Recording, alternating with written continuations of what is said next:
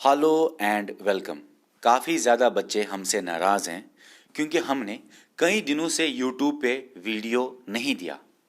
आपको मैं बताऊं, कल से आपको मेरी तरफ से कंटिन्यू वीडियोस आएंगे, वो भी दिन में मिनिमम 2 वीडियोस। चाहे कितना भी लोड हो मुझे ऑनलाइन पेड कोर्सेज का, चाहे कितना भी दबाव हो मुझे ऑनलाइन पेड कोर्सेज का, मैं आपको कंटिन्यू कल से वीडियो दिया करूंगा। मिनिमम 2 वीडियोस आएंगे मेरी तरफ से। ओके, चलिए बात करते हैं फंडामेंटल राइट्स की। आपको मैं बताऊं कि लेक्चर नंबर 1 में हमने फंडामेंटल राइट्स के बारे में काफ़ी जाना। इस लेक्चर में हम सीखेंगे फंडामेंटल राइट्स की कैटेगरीज जो हैं आर्टिकल 14 से लेकर 32 तक, उन कैटेगरीज को कैसे याद रखें, कैसे आर्टिकल 14 से लेकर 32 तक हम याद रखें, कौन कौन सा आर्टिकल किस किस फंडामेंटल राइट्स की कैटेगरी में आता है, ऐसे सवाल बनते हैं। कौन कौन सा आर्टिकल क्या क्या बात करता है फंडामेंटल राइट्स की, ऐसे भी सवाल बनते हैं। ठीक है ना, और बहुत सारी बातें और भी हैं।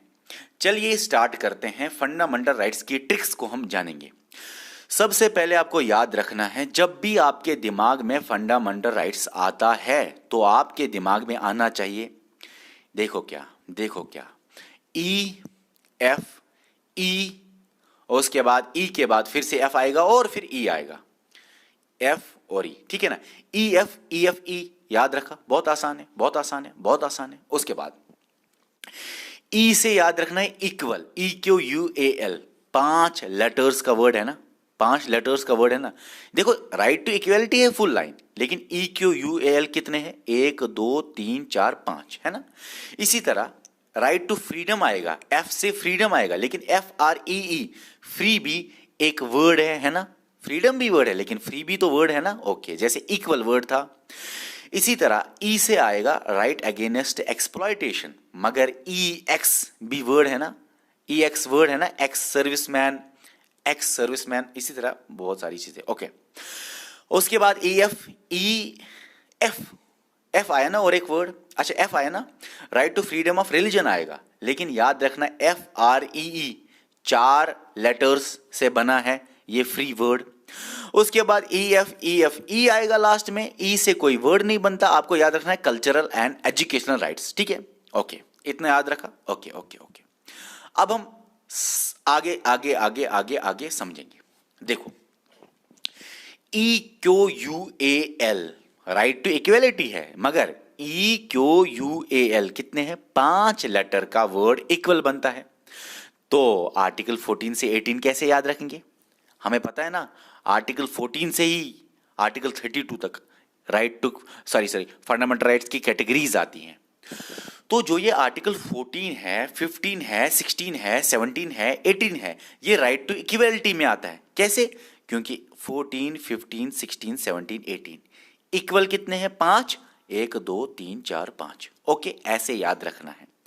आप बोलोगे सर आर्टिकल 12, 13 कहाँ गया, देखो वो मैंने आपको लेक्चर नंबर 1 में अच्छी तरह समझाया, और लेक्चर नंबर 1 में मैंने आपको ये भी समझाया कि 32 के बाद 33, 34, 35 वो भी फंडामेंटल राइट्स की कैटेगरीज के बाहर क्यों है, ये भी समझाया है मैंने।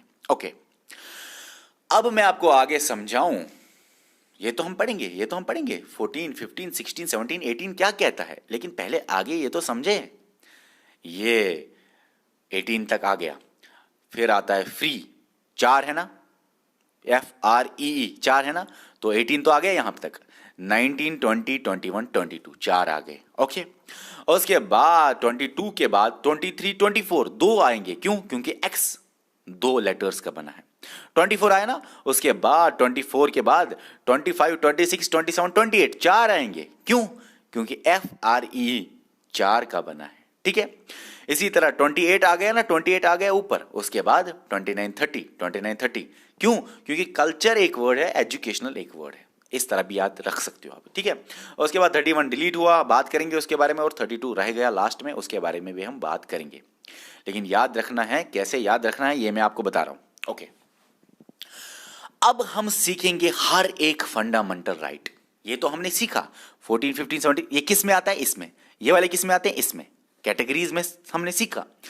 लेकिन अब हम सीखेंगे फंडामेंटल राइट्स के बारे में, हर एक फंडामेंटल राइट क्या कहने की कोशिश करता है। हम फंडामेंटल राइट्स को आगे आने वाले वीडियो में सीखेंगे, जो कि आपको कल मिलेगा। लेकिन इस वीडियो में हम सीखेंगे कौन सा फंडामेंटल राइट्स क्या कहने की कोशिश करता है, कीवर्ड हम सीखेंगे। अगर आप पहले कीवर्ड याद रखोगे ना, ये वाला फंडामेंटल राइट एक बात, ये इस वाले फंडामेंटल राइट के बारे में एक बात, इस वाले फंडामेंटल राइट्स के बारे में एक वर्ड, अगर आप कीवर्ड याद रखोगे दिमाग में तो आपके लिए पूरा का पूरा फंडामेंटल राइट बहुत आसान बन जाएगा। ओके, चलिए आगे स्टार्ट करते हैं। सबसे पहले आपको याद रखना है ये एक महाराजा है, महाराजा है ये, ठीक है। महाराजा का ये फीट है, उसके बाद ये 14 है, आर्टिकल 14 फीट है। उसके बाद सेक्सुअल ऑर्गन होता है, उसको आप आर्टिकल 15 मान लीजिए। उसके बाद पेट होता है, उसको आप आर्टिकल 16 मान लीजिए। उसके बाद हाथ आते हैं, आर्टिकल 17। उसके बाद सिर आता है, आर्टिकल 18।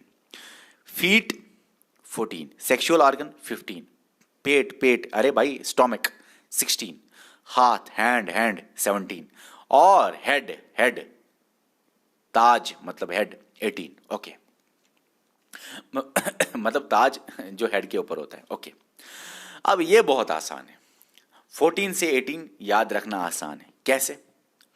आपको याद रखना है कि जो किंग होता है, एम्परर होता है, वो बोलता था कि मेरे फीट को सब टच करेंगे क्योंकि मेरे फीट के सामने सारे इक्वल हैं। Equality before law, equality before my feet. मेरे फीट के सामने चाहे बड़ा हो छोटा हो, मेरे फीट को सब, आपने देखा होगा मूवीज में फीट को टच करते हैं जितने भी नौकर होते हैं या जितने भी लोग होते हैं, वजीर को लेके सारे के सारे लोग।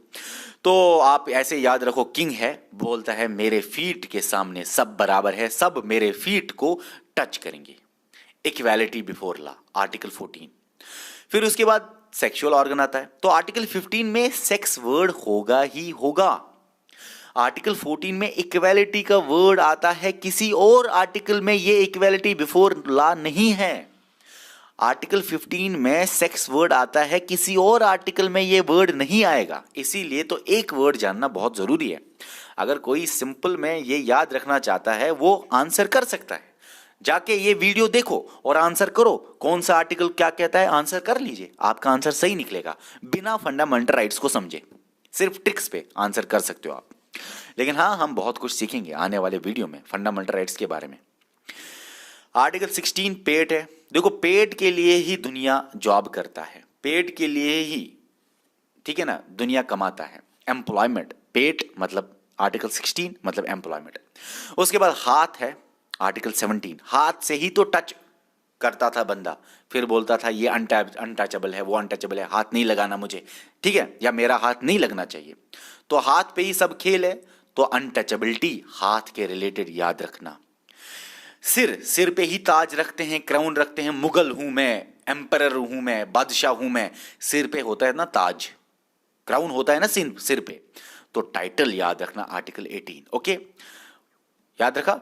जरा जरा जरा मुझे मुझे मुझे मुझे यहां पे समझाओ, ऐसे ब्लैंक पेज में मुझे समझाओ। फीट 14, सेक्सुअल ऑर्गन 15, पेट याद नहीं रखना, एब्डोमेन याद नहीं रखना, स्टोमक याद नहीं रखना, ये 14 है। 15 तो सेक्स है, 14 तो इक्वालिटी बिफोर लॉ, फीट है, 15 है सेक्स वर्ड आएगा। 16 में क्या आएगा? पेट नहीं, एम्प्लॉयमेंट। अच्छा, हाथ, फिर हैंड आएगा ना, हाथ में क्या आएगा? 17 हाथ मतलब अनटचेबल। फिर 18 लास्ट पे हेड पे क्या होता है? टाइटल। ओके, 18 बात करता है एबॉलिशन ऑफ टाइटल, 17 बात करता है किसके लिए? अनटचेबिलिटी। 14 इक्वालिटी बिफोर लॉ, 15 में सेक्स का वर्ड आएगा, 16 में एम्प्लॉयमेंट का वर्ड आएगा। ठीक है, इतना याद रखा आपने, वही हम आगे पढ़ेंगे। देखो भाई, ये मैंने आपको पढ़ाया। 14 में equality before law and equal protection of laws है, 15 में सेक्स वर्ड आएगा, लेकिन फुल लाइन क्या है? Prohibition of discrimination on grounds of religion, race, caste, sex आया ना, और प्लेस ऑफ बर्थ। आर्टिकल 16 क्या है? पब्लिक एम्प्लॉयमेंट आएगा। देखो, प्राइवेट एम्प्लॉयमेंट नहीं, पब्लिक एम्प्लॉयमेंट, गवर्नमेंट जॉब्स। मैं आपको ये समझाऊंगा आगे, टेंशन मत लीजिए, फिलहाल ट्रिक पे ध्यान दीजिए, सिर्फ एम्प्लॉयमेंट याद रख लीजिए, छोड़ो इस पब्लिक को। ओके, आर्टिकल 16 एम्प्लॉयमेंट ध्यान दीजिए। आर्टिकल 16 क्या है? Equality of opportunity in matters of public employment, employment आया ना 16। 17 क्या है? एबॉलिशन ऑफ अनटचेबिलिटी और इसकी प्रैक्टिस। आर्टिकल 18 क्या है? Abolition of titles. ठीक है, एक्सेप्ट हम पढ़ेंगे आगे, मिलिट्री, एकेडमिक, वो चीजें हम पढ़ेंगे। चलिए, राइट टू इक्वालिटी सबको याद रहा होगा। 18 आ गए ना, फिर है 19, 20, 21, 22, FRE, 19, 20, 21, 22। हाँ, वो बात अलग है और एक आर्टिकल ऐड हुआ है, वो मैं आपको बताऊंगा। देखो कैसे याद रखना है सर, इसको याद रखने के लिए आपको समझना है कि एक इंसान जो आपने देखा, चलो ये किंग था, एक बच्चा है 19 एज में, अक्सर एक बच्चा कॉलेज जाता है। एवरेज में देखते हैं कि 19 उम्र जब होती है ना, 19 साल का जब बच्चा होता है, एक लड़का लड़की जब 19 साल के हो जाते हैं तो वो कॉलेज जाता है, ठीक है। अब एक लड़का है, वो 19 साल की एज में कॉलेज जाता है, लेकिन वो चाहता है कि वो शादी करे, वो सेटल हो जाए। वो घर वालों को बोलता है मुझे शादी करनी है, लेकिन घर वाले उसको बोलते हैं भाई 19 साल की एज है, कॉलेज जाओ, 3 साल गुजारो, उसके बाद जॉब लगेगा, उसके बाद शादी। इसके दिमाग में आता है भाई जॉब करना है तब शादी मिलती है, पैसे कमाने हैं तब शादी मतलब होती है शादी। इसके दिमाग में ये रहा। ये कॉलेज में 19 साल के जाके क्या करता है, वही है वही है 6 फ्रीडम्स। वो बात अलग है, पहले 7 थे, हम पढ़ेंगे उसके बारे में। वही है 6 फ्रीडम्स, ठीक है। 19 साल की एज में क्या करता है, पहले राइट टू असेंबल। पहले ये क्या करता है, असेंबल होता है, जमा करता है बच्चों को। क्यों? क्योंकि इसको शादी करनी है, इसको पैसे कमाने हैं, इसको सेटल होना है। तो ये सबसे पहले बच्चों को असेंबल करता है। क्या करता है, असेंबल करता है। असेंबल करने के बाद ये उन बच्चों को स्पीच देता है, ये करेंगे, वो करेंगे, शादी करेंगे, जॉब करेंगे। फिर अलग अलग स्पीच के बाद अलग अलग एसोसिएशंस बनाता है, अलग अलग एसोसिएशंस बनाता है, सॉरी। और उसके बाद ये सब बच्चों को बोलता है हम ट्रेड करेंगे, तिजारत करेंगे, ट्रेड करेंगे, क्योंकि इसके दिमाग में था ना भाई पैसे कमाने हैं। और फिर बोलता है ट्रेड करने के लिए मूवमेंट करनी है, हमें एक जगह से दूसरी जगह जाना है ट्रेड करने के लिए। लेकिन जब ये ट्रेड करता है ना, तो ये ट्रेड कराता है उनको डेंजरस वाला, अफीम, चरस। मान लो चरस, ये बोलता है उनको हम चरस बेचेंगे, क्योंकि इसने देखा चरस से बहुत ज्यादा पैसे कमाता है बंदा, इसीलिए तो आगे ऑफेंस करेगा, इसीलिए तो इसकी लाइफ और लिबर्टी पे खतरा हो जाएगा, इसीलिए तो इसको माँ आएगी छुड़ाने और बोलेगी एजुकेशन देंगे, इसीलिए तो आगे ये सीखेगा कि भाई अब मुझे अच्छी तरह चरस नहीं, अब मुझे बहुत बड़े बड़े बड़े बड़े काम करने हैं, जुर्म करने हैं, और ये पढ़ेगा मैं कैसे अरेस्ट और डिटेंशन से बच जाऊं। इसके आगे ये करेगा बुरे बुरे काम, बहुत खतरनाक काम। चरस तो छोटी छोटी बात है, ह्यूमन ट्रैफिकिंग, चाइल्ड लेबर, लेकिन आखिर पे ये अपने दीन पे आएगा, अपने रिलीजन पे आएगा, और इसको ऊपर वाला याद आएगा, और ये अपने गुनाहों की तौबा करेगा, और ये अच्छे अच्छे काम करेगा, और ये फिर लास्ट में सुप्रीम कोर्ट में देखेगा कैसे जाना है। ओके, वो सारी चीजें हम पढ़ेंगे। चलो, अच्छा, इसको क्या करना था, शादी करनी थी। इसने असेंबल किया, स्पीच दे दिया, एसोसिएशन बनाया, ट्रेड किया। ट्रेड के बाद मूवमेंट करना है, और मूवमेंट करने के बाद असल में इसको क्या होना था, सेटल। अब देखो, याद रखना 16 राइट, ये 6 फ्रीडम्स है। 16 क्या, सॉरी 19, 6 फ्रीडम्स है। ओके, सबसे पहले असेंबल है, right to assemble, right to speech and expression, ठीक है ना, right to make associations, trade, right of movement, right of trade या प्रोफेशन का कोई right, right to settle in any part of territory of India, ठीक है ना, ठीक है ना। इतना समझ में आया कि नहीं आया? हाँ, राइट टू सेटल या राइट ऑफ रेजिडेंस आगे हम पढ़ेंगे, लेकिन 19 के रिलेटेड आपको याद रहने चाहिए। सबसे पहले इसको क्या करना है, सबसे पहले ये काम करता है, असेंबल करता है, जमा करता है, फिर स्पीच देता है, फिर एसोसिएशन बनाता है, फिर ये बोलता है हमको क्या करना है, ट्रेड करेगा, फिर ट्रेड के बाद ट्रेड के लिए मूवमेंट करनी पड़ेगी, और लास्ट में इसको क्या करना है, सेटल। 1 2 3 4 5 6 फ्रीडम्स आर्टिकल 19 बात करता है। ओके, आर्टिकल देखो, इसने ट्रेड बोला करने के लिए, लेकिन गलत काम इसने बोला करने के लिए, चर्च का ट्रेड। इसीलिए आर्टिकल 20, इसीलिए 20 साल की एज में इसको पुलिस लेता है। क्यों? क्योंकि इसने ऑफेंस किया, इसने जुर्म किया। आर्टिकल 20 बात करता है जुर्म करने के बाद क्या फ्रीडम है। आर्टिकल 20 में वर्ड है ऑफेंस, इसको भूलना नहीं। आर्टिकल 20 बात करता है ऑफेंस करने के बाद protection in respect of conviction for offences. Offence convict किया, जुर्म किया, तब आर्टिकल 20 बोलता है तब भी आप अपने आप को कैसे बचा सकते हो ऑफेंस करके भी, ठीक है, वो हम पढ़ेंगे क्या क्या तरीके हैं। No expose to factor law, no double jeopardy, no self incrimination, बहुत सारी बातें हैं और भी। इतना ही नहीं जो आपके लक्ष्मीकांत में है उतना ही नहीं, सब कुछ खेल उतना ही नहीं होता। लक्ष्मीकांत के बाहर बहुत सारी बातें होती हैं जो आपको पढ़नी है। कल आपको समझ में आ जाएगा जब हम आपको पढ़ाएंगे। लक्ष्मीकांत तो कुछ है ही नहीं, लक्ष्मीकांत के थोड़े से बाहर भी हमें जाना पड़ेगा पूरी पिक्चर देखने के लिए। लक्ष्मीकांत आपको बहुत अच्छी बुक है, बहुत अच्छी बुक है, लेकिन आपको आधी पिक्चर दिखाएगी, मतलब 90% 80% चीजें बताएगी। जो बाकी की 20% है ना, वो उससे आपको पूरी पिक्चर याद रह जाएगी, क्लियरिटी आ जाएगी। ओके, अच्छा उसके बाद आर्टिकल 21, अच्छा इसने ऑफेंस किया, ये जेल में है, ऑफेंस किया, ये जेल में है, और इसके जेल में होने से आर्टिकल 21 मतलब 21 साल की एज में या उसके बाद जेल में रहने से इसको लाइफ और लिबर्टी पे खतरा आ जाता है, ठीक है, लाइफ और लिबर्टी। और उसके बाद आर्टिकल 21 ए में आ जाता है, बीच में इसके घर से माँ आती है, बोलती है ये जेल में है, आर्टिकल 21 जेल में लाइफ एंड लिबर्टी का खतरा। इसकी माँ आती है, बोलती है इसको मैं एलिमेंट्री एजुकेशन दूंगी, इसको मैं एजुकेशन दूंगी, आप उसको छोड़ दो, इसने ऑफेंसेस किया ना, इसने जुर्म किया ना, मैं इसको फिर से पढ़ाऊंगी, वो भी एलिमेंट्री एजुकेशन, ठीक है, इसको मैं फिर से पढ़ाऊंगी। ये कौन सा आर्टिकल है? 21, protection of life and personal liberty. ये कौन सा आर्टिकल है? 21 ए, मतलब जो अमेंडमेंट से आया है। ए का मतलब क्या है? अमेंडमेंट से आया है। कौन सा आर्टिकल है? Right to elementary education. Elementary क्या होता है बाकी सारी चीजें हम पढ़ेंगे, एजुकेशन सिर्फ इतना याद रखो। आर्टिकल 21 ए, देखो ए मतलब अमेंडमेंट, अमेंडमेंट से आया, कौन से अमेंडमेंट से? 86th constitutional amendment act 2002। अच्छा, उसके बाद माँ ने जब उसको छुड़ाया आर्टिकल 21 ए कि मैं इसको एजुकेशन दूंगी, लेकिन इसने एजुकेशन ले ली, लेकिन कुछ और ही पढ़ा इसने। क्या पढ़ा? अब मैं ऑफेंस करके भी जेल में कैसे ना जाऊं, अब मैं जुर्म करके भी कैसे अपने आप को बचाऊं अरेस्ट से और डिटेंशन से। अरेस्ट होता है पकड़ना, डिटेंशन होता है जेल में भरना। Protection against arrest and detention पढ़ेंगे हम आर्टिकल 22 में, ठीक है। अच्छा रिपीट, ये याद करें, फ्रीडम में FRE 19 से 22 तक, 19, 20, 21, 22, ठीक है।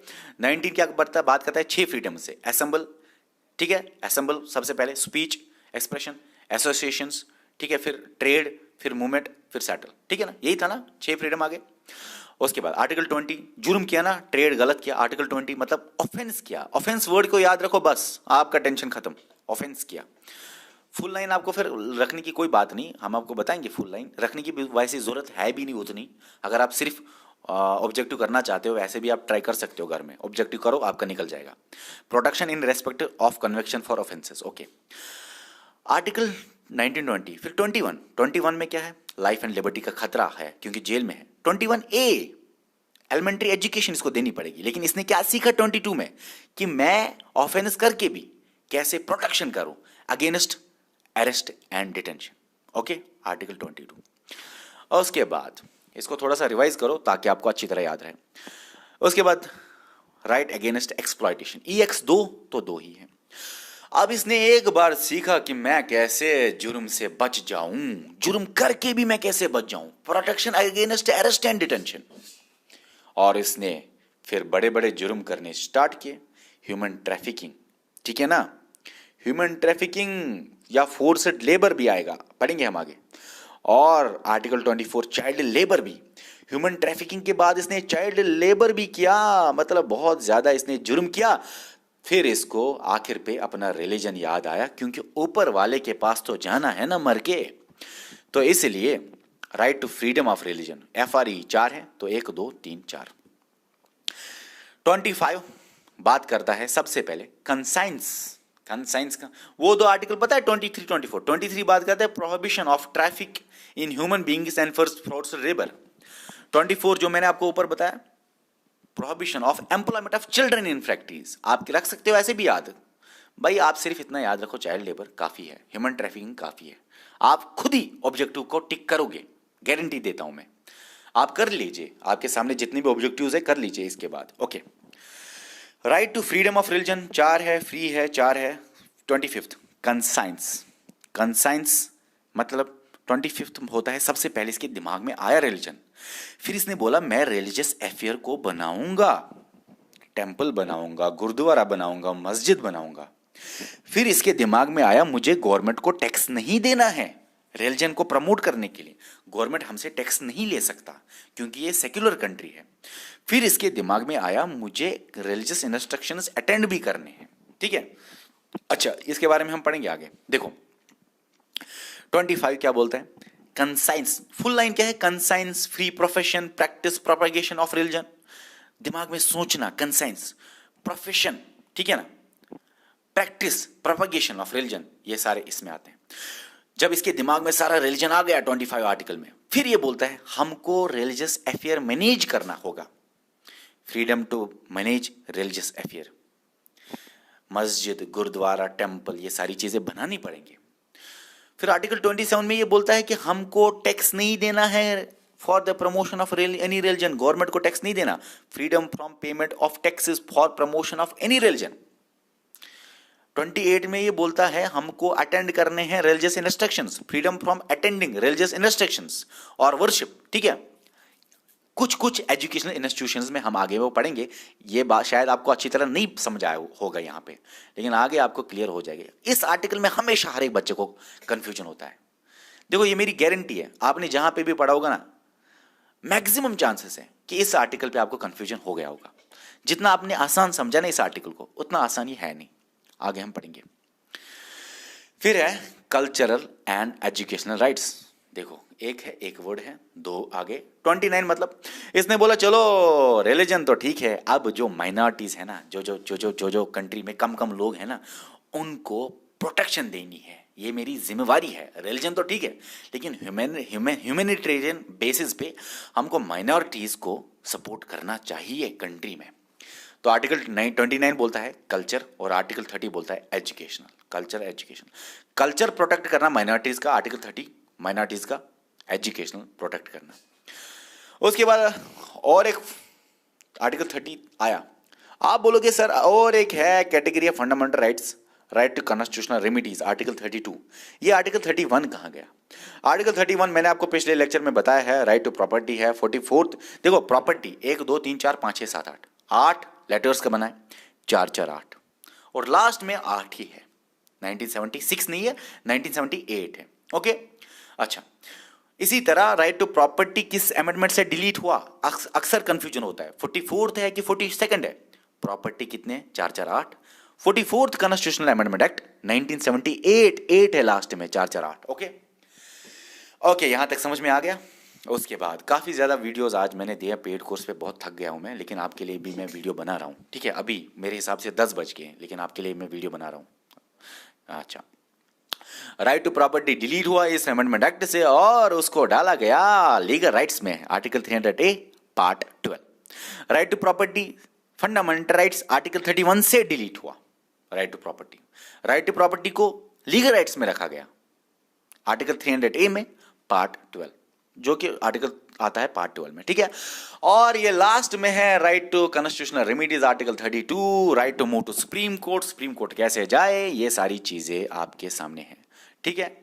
ओके, ये रहा ट्रिक्स ऑफ फंडामेंटल राइट्स। अब हम कल सीखेंगे आर्टिकल 12 से लेके आर्टिकल 35 तक, क्योंकि यहां से यहां तक फंडामेंटल राइट्स हैं। वो बात अलग है, ये कैटेगरीज हैं, लेकिन 12 से लेके 35 तक, या अगर सवाल कब आए फंडामेंटल राइट्स के आर्टिकल्स कहां से कहां तक है, आर्टिकल 12 से 35 तक है, ये याद रखना आप, ठीक है। और कल हम अच्छी तरह पढ़ेंगे। और अब अगर आपको कोई सवाल है नीचे आप कमेंट कर लीजिए। Okay bye.